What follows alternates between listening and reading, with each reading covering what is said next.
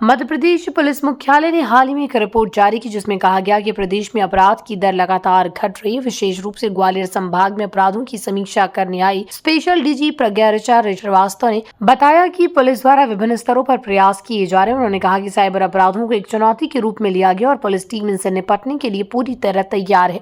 हालांकि उन्हें घरों में होने वाले अपराधों की चिंता और वो समुदाय के साथ जुड़कर इस समस्या को सुलझाना चाहती हैं। महिलाओं के खिलाफ होने वाले अपराधों में कमी लाने के लिए पुलिस ने कई कार्यक्रमों की शुरुआत की, जैसे ऊर्जा महिला डेस्क, आशा, मुस्कान और मैं हूं अभिमन्यु। इन पहलों के जरिए पुलिस का उद्देश्य लोगों के साथ संवाद स्थापित करना और सुरक्षा के प्रति जागरूकता बढ़ाना है, जिससे अपराधों को नियंत्रित किया जा सके। ये देखिए, ये हमारे माननीय मुख्यमंत्री जी की अवधारणा के अनुसार कि एक प्रभारी होगा जो भोपाल में पदस्थ है और भोपाल से यहाँ आना है, तो ये उस संदर्भ में उसके आलेख में ये बैठक हुई है और ये निरंतर होते रहती है। आज के बैठक की विशेष बात ये रही कि इसमें हमारे माननीय जनप्रतिनिधियों का जुड़ाव भी हुआ। पूरे ग्वालियर संभाग के कानून व्यवस्था एवं अपराध की समीक्षा की गई है और इस बात की भी समीक्षा की गई है कि भाई हमारी व्यवस्था में सुधार यदि कुछ कैसे हो सकता है। हमारे जो माननीय जनप्रतिनिधि थे उन्होंने भी बहुत सारे सुझाव भी दिए और बहुत सारी बातें उठाई जिनका कि हम लोग निराकरण करने का पूरा प्रयास करेंगे, समझ प्रयास करेंगे। सकारात्मक उनका दृष्टिकोण था और सुझाव आए। कुछ पर हम लोग जो हमारे एसपी साहबान ने, देखिए हर एक ज़िले की अपनी एक संरचना होती है, वहाँ का अपना एक मैं कहूँगी संस्कृति होती है, तो उसके अपने तौर तरीके से निपटने का है। जो एक समस्या जो सब तरफ से उभर कर आई वो ट्रैफिक की थी, जो आप सभी जानते हैं और उसकी वजह भी हम जानते हैं। जब हर दिन रोड पर 100, 200, 300, 400 गाड़ियाँ 2 पहिए 4 पहिए बढ़ेंगे तो ट्रैफिक का एक मुद्दा होता है। उसका सॉल्यूशंस भी सिर्फ सवाल ही नहीं थे, साथ-साथ ये भी था कि हम उसको कैसे सुलझा सकते हैं। तो ये सारी बातें मैम एक सवाल है, एससीआरबी की जो रिपोर्ट आशा, मुस्कान जो आपके प्रोजेक्ट हैं वो कितने महत्वपूर्ण मानते हैं? देखिए, ऐसा है कि जो अपराध सड़क पर हो रहा है या किसी पब्लिक स्पेस में हो रहा है, उसके लिए तो ठीक है, मैं मानती हूँ कि हम लोग बिल्कुल हमें तत्परता से और हाँ, ज़िम्मेदारी हमारी है। पर कुछ अपराध जो घरों के अंदर हो रहे हैं, उनके लिए तो हमें सहयोग चाहिए और उस सहयोग की अपेक्षा हम अपने इन कैंपेन्स के माध्यम से करते हैं। तो जो अभिमन्यु कैंपेन है या हम होंगे कामयाब एक कैंपेन हुआ था जिसके राष्ट्रीय स्तर पर सराहना की गई है, मैं आप लोग से ये भी बाँटना चाहूँगी आज। तो ये मूलतः 2 बातें हैं इसमें, एक तो कि जुड़ाव लोगों से, ताकि जब ये बात होती है कि अपराध बढ़ रहे हैं तो ऐसे किसी भी कैंपेन के बाद जब हम खुद कह रहे हैं बच्चियों से, महिलाओं से, घर के पुरुषों से कि अगर घर में कुछ ऐसा हो रहा है तो हमारे पास आइए, हमसे जुड़िए, हमें बताइए, तो ये बातें हम तक आती हैं। तो ज़ाहिर बात है कि वो एक एस्केलेशन होगा।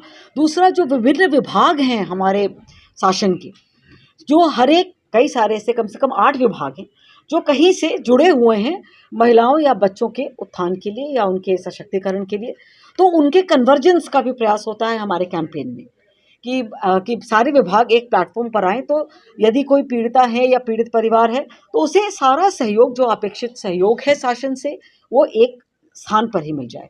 तो ये होता है और ये बहुत महत्वपूर्ण होते हैं हमारे कैंपेन। इसकी सफलता हम अपने डेटा से मापते हैं। तो ऐसा मुझे लगता है कि ये बहुत सफल अभियान है। जनप्रतिनिधियों की किस तरह से मतलब जो चैलेंज रहता है अपराधों को लेकर, उसका श्रेय तो मैं आप लोगों को दूँगी। यदि मीडिया का जुड़ाव नहीं हो, देखिए क्या होता है जब अपराध घटित होते हैं, तब तो बहुत फ्लैश किया जाता है। उससे हमें फ़ायदा यूँ नहीं, फ़ायदा नुकसान की बात नहीं है, मतलब जो पूरा सिस्टम है जुडिशरी का या पुलिस का कि हम अपराधी को सज़ा दिलाएँ, उसका मकसद ये होता है कि जो ऐसे पोटेंशियल लोग हैं, जो ऐसे अपराध घटित कर सकते हैं, उनके दिल में कहीं डर पैदा हो। तो ये तब होता है जब सज़ा मिलती है और ये हम आपके माध्यम से जब आप इसको प्रकाशित करते हैं कि भाई ये घटना घटित हुई, ये त्वरित 24 घंटे में ये पकड़ गए, इनको बेल नहीं मिला, इनको फला हुआ, ये इतने महीनों से सालों से जेल में है। तो वो जो एक ऐसे तमाम प्रकरण हुए, सिर्फ इस संभाग में नहीं, अक्रॉस द स्टेट, जहाँ कोई बड़ी घटना हुई और 24 घंटे में, 48 घंटे में, मतलब ना केवल त्वरित कार्रवाई हुई, हफ्ते भर में चालान भी हो गया और महीने 2 महीने में कोर्ट में भी ये जो त्वरित कार्रवाई होती है इससे फ़र्क पड़ता है। और जो नया अपना जो BNS भारतीय न्याय संहिता और BNSS आया है उसमें कोर्ट के लिए भी है कि उन्हें 2 महीने में बिना बार-बार सुनवाई किए हुए जो प्रोसीजर होता है तो 2 महीने में उनको जजमेंट देना है। तो इन सब की वजह से शायद कहीं कसावट आई है और कुछ तो मैं ये कहना चाहूँगी कुछ जागरूकता भी आई है लोगों में। उससे भी कई अपराध कम होते हैं। आखिरी सवाल हो गए, डिजिटल जिस तरह से क्राइम बढ़ रहा है, डिजिटल क्राइम जो बढ़ रहा है तेजी से और ज़मीनी मामले जो तेजी से पुलिस थाने तक पहुंच रहे हैं, इसके लिए किस तरह के प्रयास आपके द्वारा? नहीं देखिए लगातार इनफैक्ट जो डिजिटल क्राइम और साइबर क्राइम ये लगभग तो इसके जागरूकता कैंपेन लगातार चल रहे हैं। मेरे ख्याल से आप लोग के माध्यम से भी और ज़मीनी लेवल पर भी कैंप्स लगाए जा करके बताए जा रहे हैं कि किस तरीके से बचना है। ये बड़ा चुनौतीपूर्ण काम है क्योंकि एक तरफ तो हम फ़ायदेमंद है डिजिटाइजेशन सभी के लिए और दूसरी तरफ इसके जो दुष्परिणाम हैं वो भी दिख रहे हैं। लेकिन ये मैं आपको बता सकती हूँ कि इस चुनौती के लिए हमारा साइबर सेल भी तैयार है, हमारी पुलिसिंग भी इसकी तैयारी कर रही है। जो ट्रेनिंग्स अभी हो रहे हैं चाहे वो आरक्षकों की हो, सब इंस्पेक्टर्स की हो, DSPs की हो, उसमें एक ये मेजर कंपोनेंट के तौर पे जोड़ा गया है। मैम लेकिन संख्या बढ़ती जा रही है साइबर क्राइम की, उसमें स्टाफ की कहीं ना कहीं कमी की वजह से कार्रवाई कहीं ना कहीं रुक जाती है, तो इसके ऐसे स्टाफ को थानों में स्थापित करने की कोशिश करिए। देखिए मेरे ख्याल से स्टाफ की वजह से प्रक्रिया रुक रही हो ऐसा नहीं है। साइबर क्राइम जब होता है तो सिर्फ पुलिस ही नहीं, उसमें कई अन्य विभाग भी जुड़े होते हैं। तो जैसे हमें जो जानकारी चाहिए होती है हम कहीं से मांगते हैं, वो जानकारी कब तक हमें उपलब्ध होती है, तो कई स्तर होते हैं और कई बार इंटरकनेक्शन भी होता है। वो एक अपराध साइबर अपराध तो हुआ लेकिन उसका जुड़ाव एक अन्य कोई स्टैट्यूटरी अपराध से भी है। जैसे किसी मान लीजिए एक उदाहरण के तौर पे कि किसी बच्ची ने किसी को बिफ्रेंड किया ऑन सोशल प्लेटफॉर्म पर उसके साथ कोई घटना घटित होती है तो दोनों ही बात हो गई। वो डिजिटल अपराध तो है ही, उसके साथ साथ एक फिजिकल अपराध भी वो कहीं बुलाई गई, कोई घटना घटित हो गई।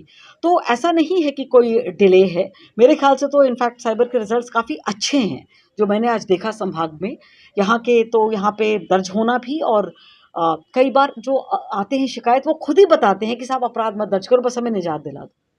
आप भी जानते होंगे, आपके पास भी ऐसे लोग आते होंगे। तो ये एक हमारे लिए थोड़ा-सा एक चुनौतीपूर्ण हो जाता है कि भाई बिना हम अपराध दर्ज किए किसी का कुछ फ्रॉड हुआ हो, तो वो हमारे लिए थोड़ा चुनौतीपूर्ण हो जाता है। उसमें आप कह सकते हैं कि थोड़ा वक़्त लगता है कि भाई हम उनको कन्विंस करते हैं कि नहीं भाई आप दर्ज कराओ अपराध, इट्स इम्पोर्टेंट।